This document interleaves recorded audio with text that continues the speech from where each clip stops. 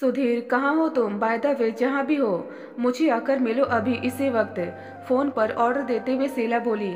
मगर सुधीर ने यह कहते हुए आने से मना कर दिया कि उसके घर पर कुछ मेहमान आने वाले हैं, तो वह अभी उससे मिलने नहीं आ सकता है।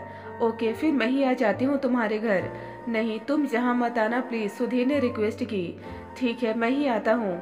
यह हुई ना बात। अपना मुंह गोल कर शीला ने फोन पर ही सुधीर को बड़ा सा किस दिया और यह कहकर फोन रख दिया कि उसे इंतजार करना जरा भी पसंद नहीं, इसलिए वह जल्दी आ जाए। अब सुधीर को समझ नहीं आ रहा था कि वह घर से निकले तो कैसे, क्योंकि अगर उसकी माँ मीना पूछेंगी कि वह कहाँ जा रहा है तो क्या बहाना बनाएगा।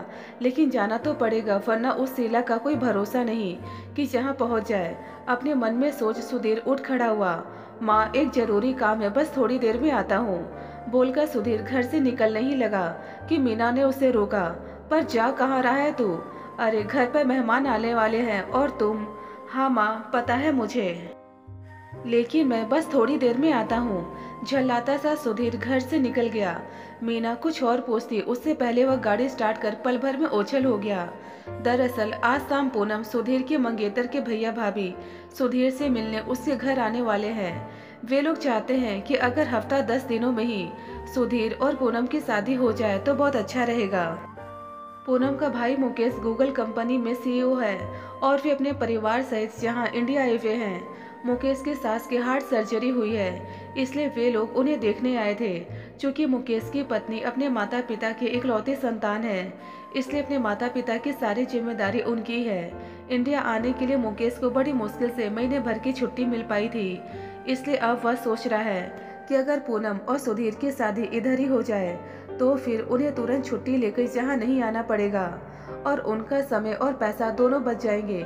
वैसे सोच तो वे ठीक ही रहे थे, क्योंकि उतनी दूर 7 समंदर पार से जल्दी जल्दी छुट्टी लेकर आना कोई बच्चों का खेल थोड़ी है।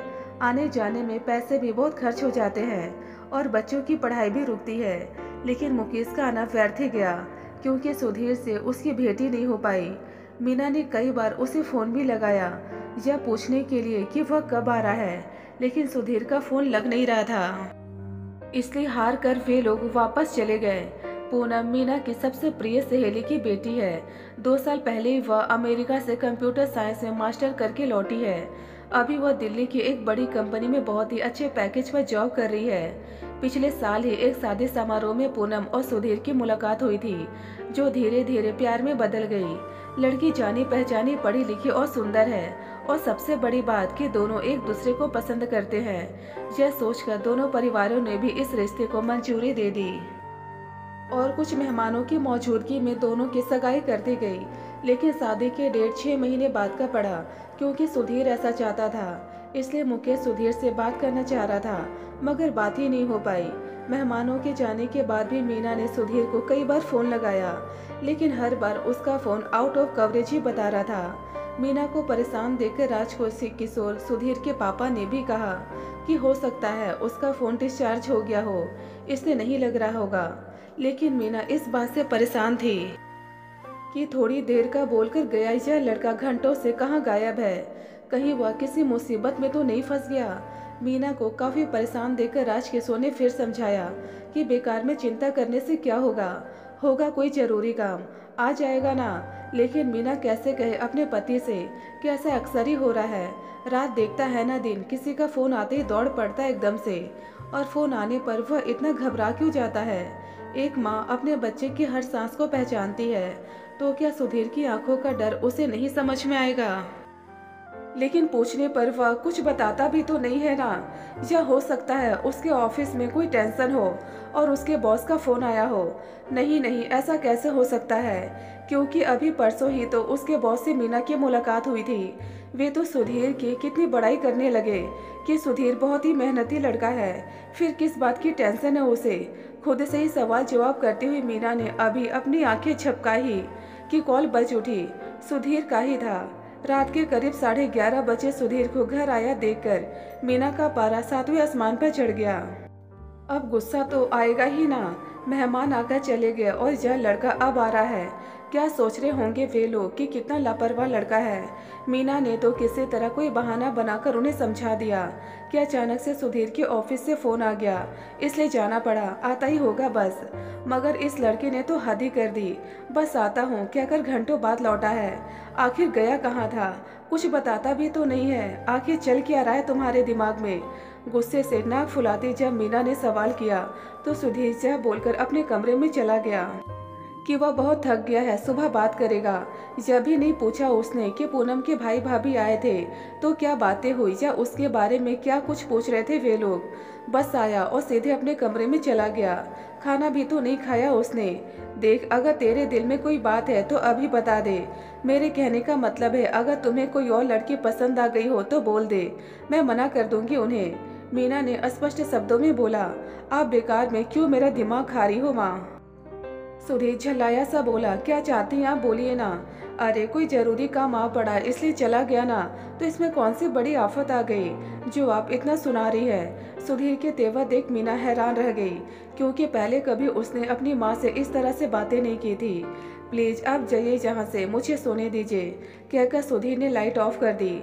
मीना कुछ पल वहीं खड़ी रही, फिर कमरे से बाहर निकलकर सोचने लगी कि कहीं ऐसा तो नहीं कि सुधीर को कोई दूसरी लड़की पसंद आ गई हो और अब वह पूनम से शादी नहीं करना चाहता है। नहीं नहीं, अगर ऐसा होता तो वह सगाई ही क्यों करता पूनम के साथ।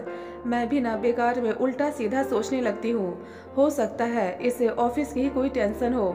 अपने खुले बालों को मुट्ठी में लपेटकर जोड़ा बनाते हुए मीना ने पलटकर देखा तो सुधीर दीवार की तरफ मुंह किए सो रहा था, इसलिए वह धीरे से दरवाजा बंद कर वहां से चली आई।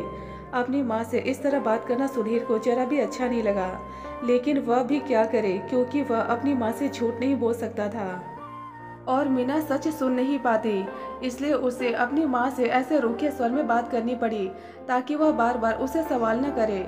पूनम को भी उसने फोन पर ऐसे दो टूक शब्दों में जवाब देकर चुप करा दिया था कि अभी उनकी शादी नहीं हुई है, जो वह उस पर इतना हक जता रही है। पूनम को सुधीर की बात का बुरा तो लगा था पर उसने जताया नहीं, लेकिन सुधीर को जब भी नहीं हुआ कि वापस फोन कर उसे एक बार सॉरी बोल दे। उल्टे पूनम ने ही उसे फोन पर हालचाल पूछा था। पूनम भले ही अमेरिका से पढ़ लिख कर लौटी है और इतनी बड़ी कंपनी में जॉब कर रही है, लेकिन उसमें घमंड नाम मात्र का भी नहीं है। डाउन टू अर्थ है वह। उसकी इसी अदा पर तो सुधीर फिदा हो गया था। पूनम अमीरी गरीबी जाति धर्म में कोई भेद नहीं करती है। वह तो सड़क पर भीख मांग रहे बच्चों को भी गोद में उठाकर दुलार करने लगती है। जब भी समय मिलता है वह अपनी मेड के बच्चों को बैठाकर पढ़ाती है। हर संडे वह ब्लाइंड्स बच्चों को भी पढ़ाने लगती है। जब उसकी मेड का पति शराब पीकर उसे मारता पीटता है तब पूनम ने उसे ऐसी डांट लगाई थी कि उसने अपनी पत्नी के साथ बदसलूकी करना छोड़ दिया। पूनम जब तब अपनी मेड के पैसों से भी मदद करती रहती है। हालांकि उसकी जब मदद सामान्य बात है, पर उसे यह सामाजिक सरोकार की भावना अपनी माँ और दादी से विरासत में मिली है। वैसे बेतरतीब इंसान तो सुधीर भी नहीं है। वह भी लोगों की मदद करने में विश्वास रखता है और उसके इसी विश्वास का नतीजा है कि आज वह इतनी बड़ी मुसीबत में फंस चुका है। मीना अपने कमरे में यह सोच सोचकर करवटें बदल रही थी कि आखिर सुधीर को हो क्या गया है, क्यों वह इस तरह से सबसे व्यवहार करने लगा है। पूनम भी पूछना चाहती थी उससे कि कोई समस्या है तो बताए, साथ मिलकर सुलझा लेंगे, लेकिन सुधीर कैसे बताए किसी को कि वह एक बहुत बड़ी मुसीबत में फंस चुका है जिससे वह चाहकर भी बाहर नहीं निकल पा रहा है। काश मैं समय को पलट पाता, काश मैं उस शीला का असली रूप देख पाता तो आज मेरी जिंदगी कुछ और ही होती। सुधीर अपने मन में सोच ही रहा था कि उसका फोन घनघना उठा। शीला का ही फोन था। नहीं, मैं इसका फोन नहीं उठाऊंगा। फोन को घूरते हुए सुधीर बड़बड़ाया, लेकिन अंजाम के डर से उसने फोन उठा लिया। इतनी देर लगती है तुम्हें फोन उठाने में, शीला गुर्राई। नहीं, वह मैं सो गया था इसलिए फोन की आवाज़ सुन नहीं पाया। सॉरी, बोलो ना क्या बात है। बात कुछ नहीं, वह कल मुझे 2 लाख रुपए की सख्त जरूरत है, तो तुम मेरे घर आकर दे जाओगे या मैं ही आ जाऊँ पैसे लेने। शीला के लफ्ज काफी सख्त थे। 2 लाख, पर इतनी जल्दी 2 लाख रुपए कहाँ से आएंगे वह तुम जानो। मुझे तो बस 2 लाख रुपए चाहिए, वो भी कल के कल, कहकर शीला ने फोन रख दिया और सुधीर अपना सिर पकड़कर बैठ गया। मन तो किया उसका अपनी माँ के गोद में सिर रखकर खूब रोए और कहे कि अब उसे नहीं जीना है, मर जाना चाहता है वह। मगर मीना हाई बीपी की मरीज है, इसलिए वह अपने आंसू को खुद ही पीता रहा घंटों तक। पूनम से भी वह कुछ नहीं बता सकता था, क्योंकि हो सकता था यह सब जानने के बाद वह उसे शादी करने से मना कर दे, और वह पूनम को किसी भी हाल में खोना नहीं चाहता था। अपने ही गम में डूबे कब सुधीर की आंख लग गई और कब सुबह हुई उसे पता ही नहीं चला। घड़ी में देखा तो सुबह के 7 बज रहे थे। रात में ठीक से नींद न आने के कारण उसका सिर दर्द से फटा जा रहा था, इसलिए अपनी आंखें बंद कर वह सोने की कोशिश करने ही लगा कि उसका फोन घनघना उठा। उसे लगा शीला का ही फोन है। इसे झल्लाकर बोला, आखिर तुम चाहती क्या हो, बोलो ना, क्यों तुम मुझे चैन से जीने देना नहीं चाहती? एक काम करो, बंदूक लाओ और मार दो मुझे, एक बार में सारा किस्सा ही खत्म हो जाएगा। पूनम चौंकी, क्योंकि फोन पर वही थी, लेकिन उसने सिर्फ इतना ही कहा, सुधीर मैं पूनम बोल रही हूँ। पूनम तुम, मुझे लगा कि मेरे बॉस का फोन है। बताओ इतनी सुबह सुबह क्यों फोन किया, तुम ठीक हो? हाँ मैं तो ठीक हूँ। वह मैंने इसलिए फ़ोन किया कि भैया भाभी चाहते हैं अगर हमारी शादी अगले महीने के फर्स्ट वीक में हो जाती तो सही होता, क्योंकि फिर इतनी दूर अमेरिका से तुरंत आना उनके लिए पॉसिबल नहीं हो पाएगा ना। हाँ वह कल हमारी बात नहीं हो पाई इस बारे में। सोच रहा हूँ ऑफिस से सीधे तुम्हारे घर ही आ जाऊँगा। भैया तो रहेंगे ना? हाँ हाँ भैया घर पे ही रहेंगे, तुम आ जाओ। पूनम पूछना चाहती थी कि कोई परेशानी तो नहीं है उसे, लेकिन पूछ नहीं पाई। ओके फिर हम शाम को मिलते हैं। सुधीर फोन रख लेटा ही था कि देखा मीना चाय की ट्रे लिए खड़ी है। वह हड़बड़ाकर उठ खड़ा हुआ और हाथ से चाय की ट्रे लेने की कोशिश करने ही लगा, मगर मीना खुद ही चाय की ट्रे टेबल पर रखकर पानी का खाली जग लेकर वहां से चलती बनी। मीना के चेहरे से ही लग रहा था कि कल की बात को लेकर अभी भी वह उससे नाराज है। नाश्ते की टेबल पर भी उसने सुधीर से कोई बात नहीं की, और न ही सुधीर ने, क्योंकि उनके सवालों के क्या जवाब देता वह, इसलिए खा पी कर सीधे ऑफिस के लिए निकल गया। आज शाम ऑफिस से लौटते हुए सुधीर को पूनम के घर जाना था, उसके भैया भाभी से मिलने, लेकिन वह तो खुद ही रात के 12 बजे घर लौटा। फिर क्या जाता उनसे मिलने। रास्ते में जब उसने अपना फ़ोन चेक किया तो पूनम और मीना के कई मिस्ड कॉल्स थी। वापस जब उसने कॉल किया तो किसी ने उसका फ़ोन नहीं उठाया। घर आने पर मीना ने उससे कोई बात भी नहीं की और न ही कुछ पूछताछ की। खाना डाइनिंग टेबल पर रख सोने चली गई। सुधीर को भूख तो लगी थी पर कुछ खाया नहीं, केवल एक गिलास पानी पीकर वह भी सोने चला गया। अब गुस्से वाली बात तो थी ही ना, वहाँ पूनम और उसके भैया भाभी इसका इंतजार कर रहे थे और इन जनाब को कुछ याद ही नहीं रहा। सुबह नाश्ते के टेबल पर मीना ने तलखी से कहा और फिर झूठे प्लेट्स उठाकर वहां से चलती बनी। सुधीर के जवाब का इंतजार भी नहीं किया, लेकिन वह जवाब भी क्या देता, यही कि उसे सब याद था, पर जा नहीं पाया पूनम के भैया भाभी से मिलने, क्योंकि वह उस शीला के साथ था। हाँ उसी शीला के साथ जिसका वह मुँह भी नहीं देखना चाहता, लेकिन मजबूर है कि उसकी उंगलियों पर नाचने को विवश है। दूसरे दिन शाम को सुधीर जब ऑफिस से घर आया तो काफ़ी थका हुआ महसूस कर रहा था। मीना घर पर नहीं थी, इसलिए उसने खुद ही अपने लिए चाय बनाई। रात के खाने के टेबल पर भी वह चुप ही रहा। बिस्तर पर जब सोने गया तो फिर उसी बेचैनी ने उसे आ घेरा, क्योंकि उसे तो हर पल इसी बात का डर लगा रहता था कि पता नहीं कब शीला का फ़ोन आ जाए और पता नहीं क्या कह दे। इंसान की आंखें नींद से कितनी भी बोझिल क्यों ना हो, लेकिन अगर सिर पर चिंता मंडरा रही हो तो नींद हवा हो जाती है। सुधीर के साथ भी यही हो रहा था। शीला नाम के चक्रव्यूह में वह ऐसे फंस चुका था कि उसकी रातों की नींद और दिन का चैन गायब हो चुका था। ऑफिस में भी उससे ठीक से काम नहीं हो पा रहा था। मन करता सुधीर खा के चीख चीख कर दुनिया को शीला की सारी सच्चाई बता दे, लेकिन क्या इस आग में वह नहीं झुलसेगा, क्योंकि सारी तस्वीरें और वीडियो तो यही कह रहे हैं कि सुधीर ने शीला का बलात्कार किया है।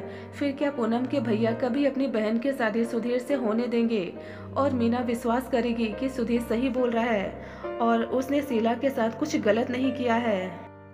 नहीं नहीं, उसका चुप रहना ही बेहतर है। रात के सन्नाटे में घड़ी की टिक टिक उसके सिर पर हथौड़ी की तरह बरस रही थी।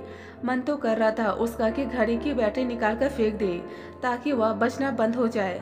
सोचता का समय पीछे जा पाता तो वह सब कुछ ठीक कर देता, लेकिन यह कहाँ संभव था। समय कभी पीछे गया है किसी का?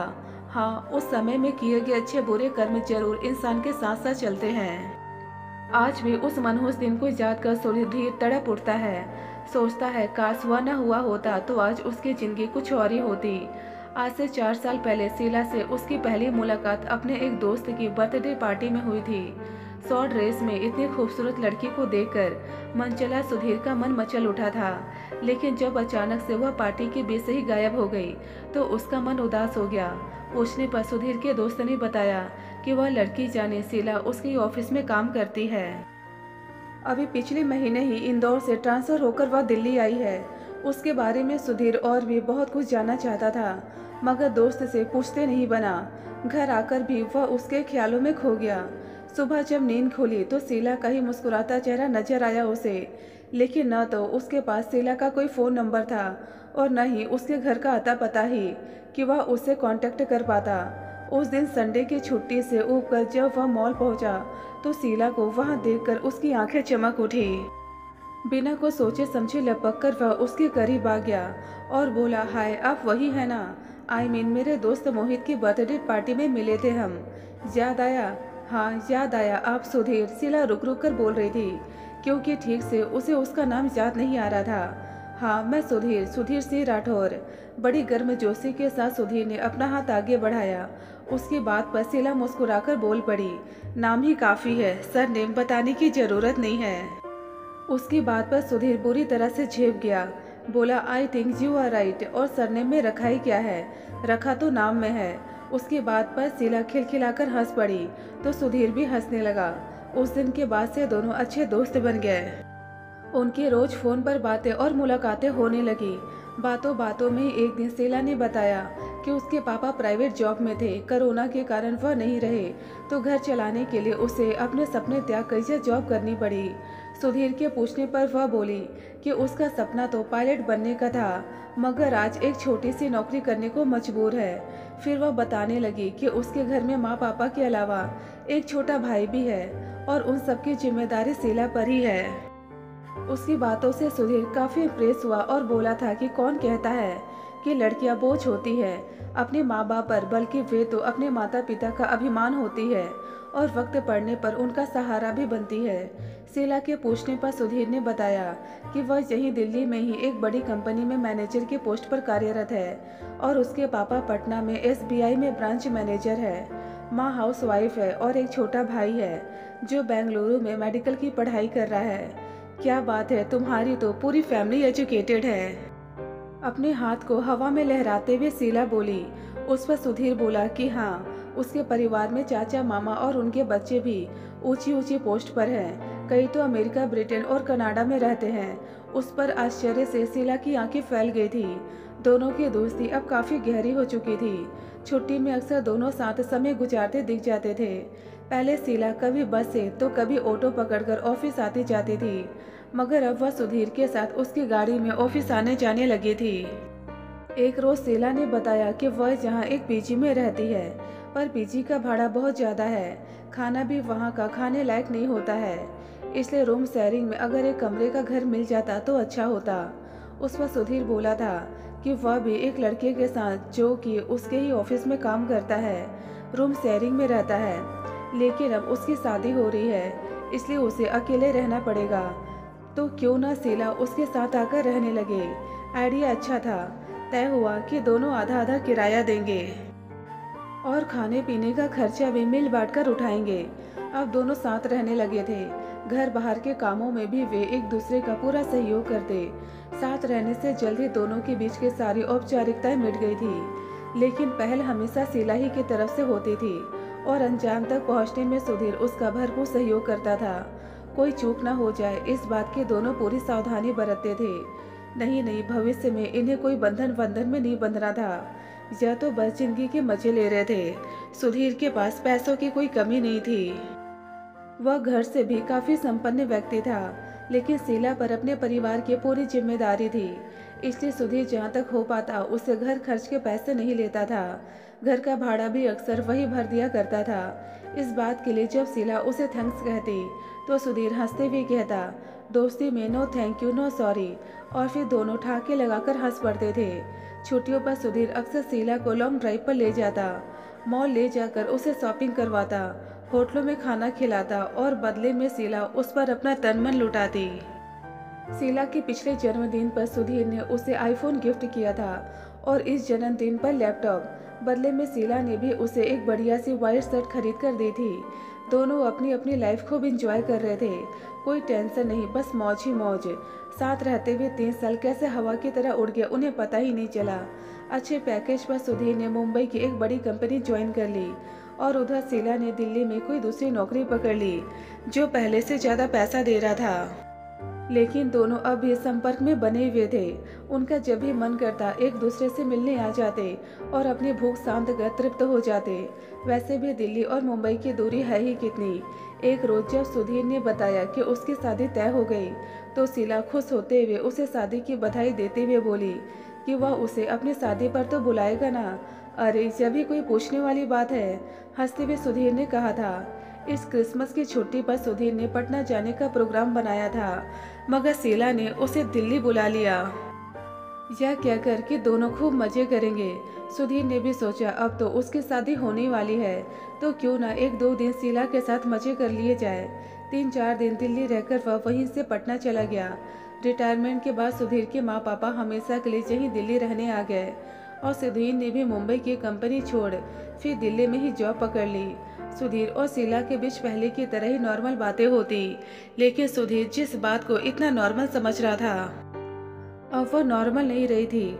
उस रात अचानक शीला ने फोन कर सुधीर से यह कहकर 50,000 रुपए की मांग कर दी कि उसके भाई की तबीयत बहुत खराब है और अभी उसके पास इतने पैसे नहीं है, वह जल्द ही उसके पैसे लौटा देगी।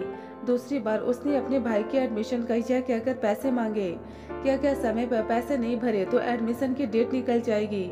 ऐसा कर कर के वह जब तक सुधीर से पैसे झटकने लगी और हर बार पैसे लेते समय वह इतना जरूर कहती कि वह उसके पैसे जल्द ही लौटा देगी और सुधीर चाहकर भी कुछ बोल नहीं पाता। अभी तक वह धीरे धीरे कर सुधीर से करीब 4 लाख से ज़्यादा ले चुकी थी, मगर हर बात की एक हद होती है और सुधीर की अपनी भी जिंदगी थी, उसके भी खर्चे थे। इसलिए इस बार उसने पैसे देने से साफ मना कर दिया और जब बात शीला को चुप गई, अपना असली रंग दिखाते हुए बोली, वैसे सुधीर हमारे नाजुक पल के मैंने कुछ वीडियो बना रखे हैं, देखोगे? कुछ तस्वीरें भी खींची थी, अभी भेजती हूँ, बताना पसंद आई या नहीं। बोलकर वह अजीब तरह से हंसी। वीडियो और तस्वीरें देखकर सुधीर के तो पैरों तले की जमीनी खिसक गई।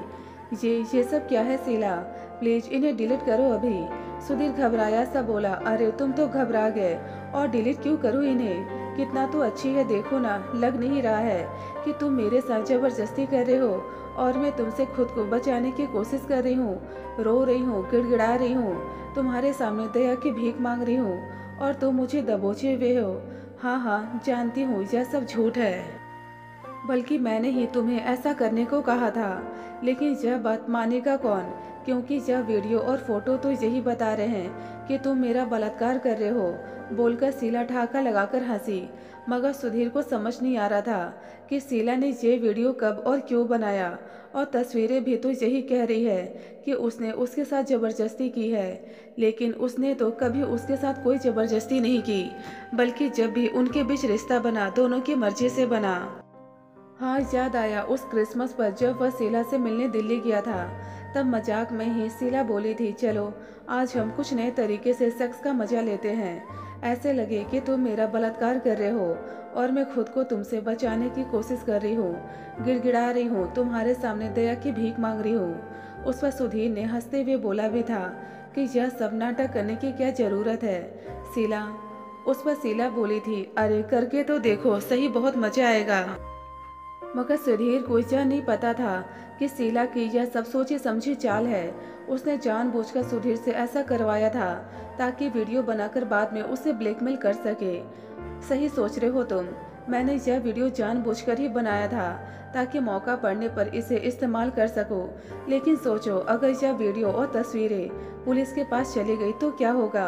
अपनी अधर को टेढ़ा कर शीला मुस्कुराते हुए बोली, वैसे मैं ऐसा होने नहीं दूंगी, लेकिन सोच रही हूँ पूनम को सेंड कर दूँ, उसे बहुत पसंद आएगा। तुम क्या कहते हो? तुम चाहती क्या हो? सुधीर चीख पड़ा था, पैसे, और जब भी बुलाऊं आना पड़ेगा। इठलाते हुए शीला बोली, पैसे देने से मना करने पर वह सुधीर को पुलिस का डर दिखाती, कहती कि पूरी दुनिया में उसे बदनाम कर देगी, फिर उसे मुंह छिपाने की जगह नहीं मिलेगी, और डर कर सुधीर उसकी हर गलती सही मांग को मानता जा रहा था। शीला ने उसकी हंसती खेलती जिंदगी को मजाक बनाकर रख दिया था। लेकिन अब वह इन सब से थकने लगा था। मन करता नींद की गोलियां खाकर सो जाए या फंदे पर झूल जाए, लेकिन यह सब इतना आसान भी नहीं था। आपने जिस शादी को लेकर सुधीर इतना खुश था, अब उसी से उसे डर लगने लगा था। सोचता अगर पूनम को जैसा पता चल गया तो क्या होगा। उल्टे पुल्टे विचार आते उसके मन में और वह सिहर उठता। शीला के फोन का स्पीकर खराब हो गया था, इसलिए उसने सुधीर को व्हाट्सएप मैसेज कर 1 लाख रुपए लेकर आने को बोल ही दिया तुरंत। लेकिन सुधीर के पास सच में पैसे नहीं थे अभी, इसलिए उसने उसे पैसे देने से मना कर दिया। फिर अंजाम क्या होगा जब भी समझ लो तुम। मैसेज करके शीला बोली, कल शाम 5 बजे पैसे तैयार रखना। समझ लो नहीं तो मैं जब वीडियो और तस्वीरें पुलिस के पास पहुंचा दूंगी, और तुम्हारी उस पूनम को भी। फिर मत कहना कि बताया नहीं था। सुधीर ने उसकी बातों का फिर कोई जवाब नहीं दिया और उन्हीं कपड़ों में घर से बाहर निकल गया। पूनम जब सुधीर से मिलने उसके घर पहुंची तो मीना ने बताया कि पता नहीं सुबह से वह कहाँ गया है, कुछ बताकर भी नहीं गया है, इसलिए वह खुद ही उसे फोन करके पूछ ले। पूनम ने जब सुधीर को फोन मिलाया तो पता चला वह अपना फोन घर पर ही भूल गया है। पता नहीं पूनम का क्या मन हुआ कि वह उसका व्हाट्सएप खोलकर देखने लगी। शीला और सुधीर का मैसेज पढ़कर पहले तो वह हक्की बक्की रह गई, लेकिन जब शीला का डीपी खोलकर गौर से देखा तो शॉक्ड रह गई, क्योंकि शीला वही लड़की थी जिसके कारण पूनम के एक अजीज दोस्त राजीव ने अपनी जान दे दी थी। मगर कोई सबूत न होने के कारण पुलिस को किसी पर कोई शक नहीं हो पाया था और गुनाहगार बच निकला था। लेकिन मरते मरते राजीव ने पूनम को शीला की सारी सच्चाई बता दी थी। आज फिर वही सब सुधीर के साथ होते देख पूनम का खून खौल उठा। उसे डर था कि कहीं राजीव की तरह सुधीर भी कुछ कर न ले। पूनम को सब समझ में आने लगा कि अचानक सुधीर का व्यवहार इतना क्यों बदल गया, क्यों वह हर बात पर झुंझला उठता, क्यों शादी को लेकर कोई रुचि नहीं दिखाता। शीला ने और भी कई लड़कों को अपनी सुंदरता के जाल में फंसाकर प्राइवेट पल के वीडियो का भय दिखाकर उन्हें अपना निशाना बनाया था। पूनम ने फटाफट सुधीर के फ़ोन से शीला के सारे मैसेज, फोटो, वीडियो अपने फ़ोन में ट्रांसफ़र कर लिए और मीना से जा बोलकर घर से निकल गई कि सुधीर ने उसे गार्डन रेस्टोरेंट में मिलने बुलाया है तो वह जा रही है। लेकिन घर से वह यह सोचकर निकली कि वह शीला को नहीं छोड़ेगी, उसे उसकी करने की सजा दिलवाकर रहेगी। सुधीर कहीं कुछ ऐसा वैसा न कर ले, इसलिए पूनम ने पहले उसे ढूंढने की कोशिश की। मिलने पर वह सुधीर को एक शांत पार्क में ले गई। सुधीर अभी भी चुप था। पूनम ने अपनी हथेलियों के बीच उसके हाथ को प्यार से दबाते हुए फिर पूछा कि शीला से उसका क्या रिश्ता है। पहले तो वह झूठ बोल गया कि वह किसी शीला को नहीं जानता है, लेकिन जब उसने सारे मैसेज जो शीला ने उसे भेजे थे दिखाए तो वह टूट गया। अपने आंसू पोंछते हुए उसने एक एक कर सारी बातें पूनम के सामने रख दी और कहने लगा कि अब वह जीना नहीं चाहता। मगर पूनम उसे धैर्य बंधाते हुए बोली, मरने से क्या होगा, यही कि उसके माँ पापा भी नहीं बचेंगे। उसे तो यह सोचना है कि शीला को कैसे सबक सिखाया जाए ताकि वह फिर किसी को अपना शिकार न बना सके। और तुमने मुझे यह सब पहले क्यों नहीं बताया, यह सोचकर कि मैं तुम्हें गलत समझूंगी। पागल हो क्या, मैं अपने सुधीर को नहीं जानती। चिंता मत करो, सब कुछ ठीक हो जाएगा। चलो अब उठो, घर चलते हैं। वह आंटी अंकल तुम्हारे लिए परेशान हो रहे हैं। सुधीर का हाथ पकड़कर पूनम बोली तो वह उसके पीछे चल पड़ा। पूनम की बातों ने सुधीर को एक राहत तो पहुंचाई, पर डर अभी उसके दिल में बैठा हुआ था कि जब मीना को इससे सब पता चलेगा तो क्या होगा। मीना जब सुधीर के लिए उसके कमरे में खाना लेकर पहुंची तो उसका मन किया माँ को पकड़कर खूब रोए। बेटी की हालत देखकर मीना को उसकी चिंता होने लगी, लेकिन अभी भी वह समझ नहीं पा रही थी कि उसे हुआ क्या है। इधर पूनम को जरूरी काम बताकर वहां से निकल गई। सुधीर ने तो सोच लिया था अब उसे जीना ही नहीं है, लेकिन पूनम ने कुछ और ही सोच रखा था। पहले तो पूनम ने शीला से दोस्ती गांठी, फिर एक अच्छी दोस्त बनने का दिखावा कर उसका विश्वास जीता, यह कहकर कि वह अपनी कंपनी में उसे बढ़िया जॉब दिलवा देगी जहां उसे पहले से ज़्यादा सैलरी मिलेगी। अक्सर दोनों साथ में शॉपिंग करते और मूवी भी देखने जाते थे। उस संडे दोनों ने मूवी देखने का प्रोग्राम बनाया। मूवी देखने के बाद दोनों एक रेस्टोरेंट में खाना खाने गए, जहां पूनम ने यह बोलकर शीला से उसका फ़ोन मांग लिया कि उसे एक ज़रूरी मैसेज करना है और उसका नेट बहुत स्लो चल रहा है। फिर उसने शीला के फ़ोन से सारे डिटेल्स अपने फ़ोन में ट्रांसफ़र कर लिए, जिसे शीला को भनक तक नहीं लगी। पूनम अमेरिका के कई हैकर्स को जानती थी जो उसकी कंपनी में काम करते थे। उसने शीला के बारे में उन्हें बताया और उनसे मदद मांगी। हैकर्स ने उससे शीला के फ़ोन डिटेल्स मांगी जो पूनम ने उन्हें दे दी और ये सारी डिटेल्स हैकर्स के लिए काफ़ी थी। दूसरे दिन ही हैकर्स शीला का लड़कों को ब्लैकमेल करने का धंधा पकड़ लेते हैं। शीला को समझ पाती उससे पहले पुलिस उसके हाथों में हथकड़ी लगा दी। वह तो सोच भी नहीं सकती थी कि पूनम ने सिर्फ इसलिए उसकी तरफ दोस्ती का हाथ बढ़ाया था क्योंकि वह उसे जेल की सलाखों के पीछे पहुंचाना चाहती थी और जिसमें आज वह कामयाब हो चुकी थी। खैर जैसे को तैसा तो होना ही था। आखिर कब तक वह अपनी सुंदरता की आड़ में सुधीर और राजीव जैसे लड़कों का फायदा उठाती। सुधीर के चेहरे की रौनक अगर वापस आई थी तो वह पूनम की वजह से। आज दोनों अपनी शादीशुदा जिंदगी में खुश हैं और शीला जेल की सलाखों के पीछे है।